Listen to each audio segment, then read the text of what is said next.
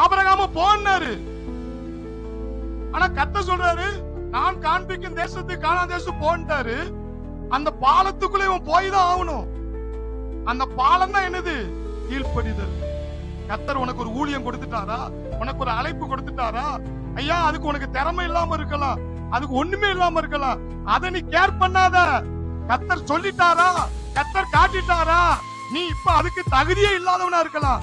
அவர் சொல்லிட்டாருன்னா அந்த பாலத்துல நீ நடந்துதான் ஆகணும். அந்த பாலம் தான் கர்த்தர் சொன்ன வார்த்தையை நம்பி வாழ்ற பத்தியா, அந்த கீழ்ப்படிதல். கைதட்டோம், கீழ்ப்படிதல். ஹல்லேலூயா. இயேசு ஜெபம் பண்ணல, தண்ணிக்குள்ள கைய வைக்கல, கட்டளை கொடுக்கல, எதுவுமே செய்யல. அந்த நெடுநாள் அம்மா சொன்னாலும் டக்குன்னு செய்யாம அவர் வெயிட் பண்ணாரு. அந்த வெயிட்டிங்க்கு என்ன நடந்துருமா, அந்த வேலை வரும்போது ஜெபம் பண்ணாம தானா அற்புதம் நடக்கு. கைதட்டோம். தானா அவங்க நிரப்புனாங்க, கொண்டுட்டு போனாங்க, கொண்டுட்டு போனாங்க, குடிச்சாங்க. ஐயா, முந்தின திராட்சரசத்தை விட பிந்தின திராட்சரசம் அதிக ருசியுள்ளதா இருந்தது. அற்புதம் நடந்துச்சா?